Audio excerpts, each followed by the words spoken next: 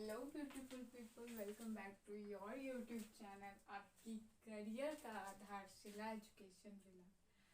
तो पिछले टॉपिक में हमने क्या देखा था? पिछले सेशन में हमने देखा था कि what are the characteristics of adolescence. आज का जो हमारा सेशन होने वाला है उसमें हम देखेंगे कि that what are the problems of adolescence. Adolescence के पीरियड से अगर कोई बच्चा गुजर रहा है तो उसे क्या क्या प्रॉब्लम्स फेस करनी पड़ती है। एंड दो चीज़ें, पहली कि जो मैंने कैरेक्टरिस्टिक्स आपको समझाया था वो प्रॉब्लम्स भी वही होती हैं जो उसकी कैरेक्टरिस्टिक्स होती है। तो आप प्लीज़ कंफ्यूज मत होइएगा कि मैम ने ये सेशन एक बार और ले लिया है, मैम रिपीट कर रही हैं, क्योंकि वहाँ हमने बात की थी फिजिकल डेवलपमेंट और यहाँ मैंने लिखा है physical problem. And second one की चीज़ों को कोरिलेट करने की कोशिश कीजिएगा, इससे आपको भी समझने में आसानी होगी और आपके दिमाग में कोई कंफ्यूजन नहीं होगा। तो आइए स्टार्ट करते हैं प्रॉब्लम ऑफ एडोलेसेंस। तो जो हमारा फर्स्ट प्रॉब्लम है एडोलेसेंस का, दैट इज फिजिकल प्रॉब्लम। अब फिजिकल प्रॉब्लम क्या है? जब बच्चे 11 to 19 के एज पे होते हैं या जब बच्चे इस टाइम पीरियड से गुजर रहे होते हैं तो उनके बॉडी में बहुत ड्रास्टिक चेंज आते हैं। जो उनका फिजिकल ग्रोथ होता है वो बहुत ही रैपिडली और बहुत तेज़ी से होता है। तो इससे बच्चे क्या होते हैं कि बहुत सारे बच्चे इन चीज़ों से अवेयर नहीं होते हैं, जिनके कारण उनके मन में एक चिड़चिड़ापन हो जाता है कि ऑल ऑफ सडन क्या हो रहा है। That is the physical problem. जब चेंज होता है और बच्चे उस चेंज को अडॉप्ट नहीं कर पाते हैं या उस चेंज से फैमिलियर नहीं होते हैं तो वो चिड़चिड़े हो जाते हैं। That is the first problem of adolescence. And the second problem is psychological problem. Psychological problem in Hindi terms मनोविज्ञान की समस्याएं, मनोवैज्ञानिक समस्याएं, मतलब बच्चे के दिमाग पे क्या प्रेशर चल रहा होता है उस टाइम पे वो कोई नहीं समझ पाता। अब साइकोलॉजिकल प्रॉब्लम्स कैसे होती हैं? फॉर एग्जाम्पल, आपके घर में अगर आप बड़े हैं, आपसे छोटा कोई आपका भाई या बहन है और अगर आप दोनों की लड़ाई में आपसे कोई चीज़ टूट गई या आपके भाई से कोई चीज़ टूट गई जो आपसे छोटा है, फिर भी डांट आप ही को पड़नी है क्योंकि आप बड़े हैं।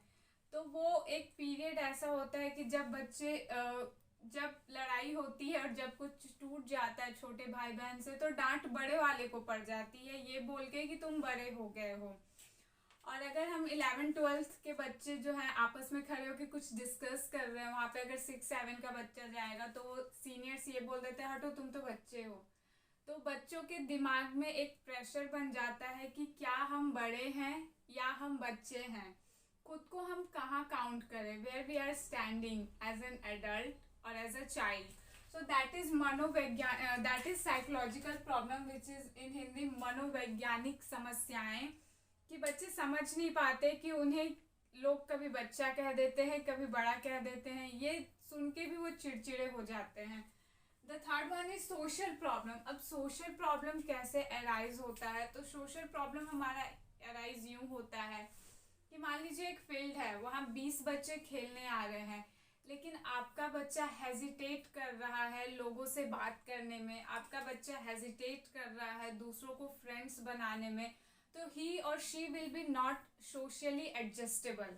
वो एडजस्ट करने में कैपेबल नहीं हो पा रहा है, इसीलिए उसका एजुकेशनल डेवलपमेंट तो हो गया लेकिन उसका जो सोशल डेवलपमेंट नहीं हो पाया due to lack of hesitation या ड्यू टू बीइंग इंट्रोवर्ट, उसकी वजह से उससे सोशल प्रॉब्लम्स फेस करना पड़ रहा है। मतलब वो इजी टू ओपन अप नहीं है, वो दूसरों से उतना बात नहीं कर पाता, इजीली घुल मिल नहीं पाता। That is also a demerit, क्योंकि जब हम बात करते हैं सोशल डेवलपमेंट की तो हम एक सोसाइटी में रहते हैं and we are part of society. Human is a social animal. Human को कहा ही गया है सोशल एनिमल। अब सोशल एनिमल सोशली ही नहीं रहेगा तो उसे सोशल प्रॉब्लम फेस करना ही पड़ेगा। Problem of independence. Problem of independence क्या होती है कि कोई 2 या 3 का बच्चा है तो जब वो स्कूल जाता है तो उसकी माँ क्या करती है, उसकी माँ उस बच्चे के शूलेस को बांध देती है, ठीक है।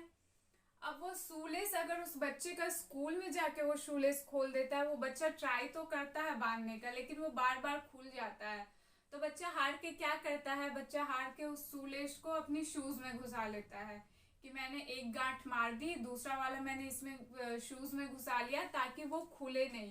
वो इंडिपेंडेंस की प्रॉब्लम हो जाती है कि काश माँ यहाँ होती तो माँ मेरे शूलेस बांध देती, या काश माँ होती तो फिर मुझे झुकना नहीं पड़ता। That is problem of independence. Fifth one is problem of adjustment. जब बच्चे एडोलेसेंस के पीरियड से गुजर रहे होते हैं तो वो इजीली चीज़ों को अडॉप्ट नहीं कर पाते, वो इजीली चीज़ों को एडजस्ट नहीं कर पाते।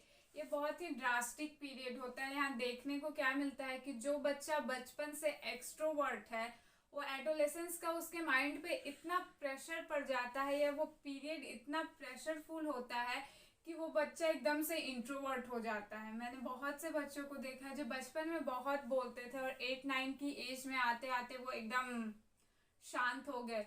सो that is the problem of adjustment. जब बच्चे एडजस्ट नहीं कर पाते हैं तो वो अपने कैरेक्टरिस्टिक्स को भी छोड़ने लगते हैं। एक एक्सट्रोवर्ट बच्चा इंट्रोवर्ट बन जाता है और मे बी एक इंट्रोवर्ट बच्चा बाहर जाके बहुत एक्सट्रोवर्ट बन जाता है। मैं अपनी एक फ्रेंड को जानती हूँ, 8-9 में she is kind of introvert, but after 11th-12th she is dam extrovert. मतलब अगर आप उसे मिलेंगे, जब मैं उसे मिली तो मैंने ये सोचा ही नहीं था कि ये वही लड़की है जो 8-9 में थी। तो that is the problem of adjustment. अगर आप एडजस्ट नहीं कर पाएंगे या बच्चे एडजस्ट नहीं कर पा रहे हैं तो उन्हें बहुत सी प्रॉब्लम फेस करनी पड़ती है। 6 one is feeling of revolt, विद्रोह की भावना। मैंने आपको उस दिन भी बताया था कि अगर दो बच्चे आपस में लड़ रहे हैं, भाई बहन अगर आपस में लड़ रहे हैं तो आप बच्चे को ये बोल देते हैं कि तुम चुप रहो, तो बच्चा तुरंत पलट के बोल देता है कि मैं क्यों चुप रहूं, तुमने उसे तो चुप नहीं करवाया। सो हमारे अंदर जो लोग एडोलेसेंस के पीरियड से गुजर रहे होते हैं उनके अंदर एक विद्रोह की भावना आ जाती है कि यार मुझे ही क्यों चुप कराया। इसका एक और बहुत बेहतर एग्जाम्पल है कि बहुत सारे जो स्कूल्स होते हैं वो 5 तक तो कोएड पढ़ाते हैं, फिर 6 के बाद वो गर्ल्स और बॉयज़ का बैच सेपरेट कर देते हैं। क्यों कर देते हैं? इसका रीज़न वो बच्चों को बताते नहीं है, लेकिन बच्चों के मन पे एक गलत इम्पैक्ट पड़ जाता है कि 5th के बाद अगर कोएड में आप नहीं पढ़ पा रहे हैं तो दैट इज समथिंग रॉन्ग, कुछ तो गलत है, तभी आपको अलग किया गया है। सो that is the feeling of revolt. विद्रोह की भावना हो जाती है कि क्यों अलग किया गया है। इसका सबसे बेहतरीन एग्जाम्पल जो टीनेजर बॉयज में देखा जाता है कि आप किसी भी जगह गर्ल्स को ज़्यादा प्रिविलेज दी जाती है।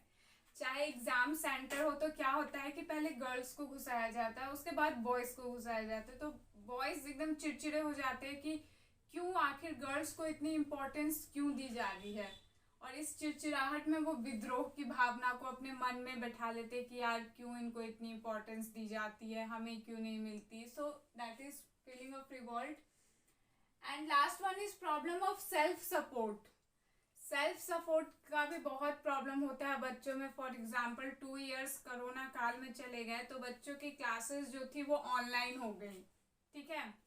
बहुत सारे पेरेंट्स ऐसे थे जो ऑनलाइन क्लासेस के बारे में उतने अवेयर नहीं थे। वो स्मार्टफोन यूज़ करते थे लेकिन टेक्नोलॉजी, गूगल मीट, जूम, इन सब चीज़ों के बारे में वो अवेयर नहीं थे। तो बच्चे क्या कर रहे थे कि बच्चे अपने पेरेंट्स से पूछे बिना ही मोबाइल में अपना जो भी उनका होमवर्क था वो गूगल कर ले रहे थे, ये कर ले रहे थे, वो कर ले रहे थे। They are trying to being self support कि हाँ अगर हमें फ़ोन मिल गया तो हम लोग कर लेंगे, हमें नहीं ज़रूरत है पेरेंट्स की। So that is again a biggest problem, क्योंकि स्मार्टफोन्स में भी कुछ ऐसे चीज़ होते हैं या कोई ऐसे ऐप्स अगर गलती से डाउनलोड हो गए जो बच्चों पे एक निगेटिव इम्पैक्ट डाल रहे हैं तो आपके बच्चे के लिए काफ़ी ख़राब है। लेकिन सेल्फ सपोर्ट के चक्कर में बच्चे ये समझते नहीं हैं और अनऑथेंटिक सोर्स से वो अपना नोट्स लिख लेते हैं या अनऑथेंटिक सोर्स से वो कोई भी ऐप डाउनलोड कर लेते हैं, जिसके बाद कॉन्सिक्वेंसेस में भी बहुत भयानक हो जाते हैं। सो ये था हमारा topic problem of adolescence and काफ़ी छोटा टॉपिक था रिलेटेड टू कैरेक्टरिस्टिक्स और प्रॉब्लम एडोलेसेंस का सेम ही था। सो आई होप आपको आज का वीडियो पसंद आया होगा। अगर आपको आज का वीडियो पसंद आया तो प्लीज़ एक लाइक, शेयर, सब्सक्राइब करना ना भूलें। अपार्ट फ्रॉम इट अगर आपको इस टॉपिक से रिलेटेड नोट्स चाहिए तो आप मुझे मेरे इंस्टाग्राम चैनल पे भी मैसेज कर सकते हैं। अगर आपकी इस टॉपिक से रिलेटेड कोई भी क्वेरी है तो आप नीचे कमेंट सेक्शन में मुझे कमेंट करके पूछ सकते हैं. I will definitely answer your questions. And thank you for watching and have a look on the white board.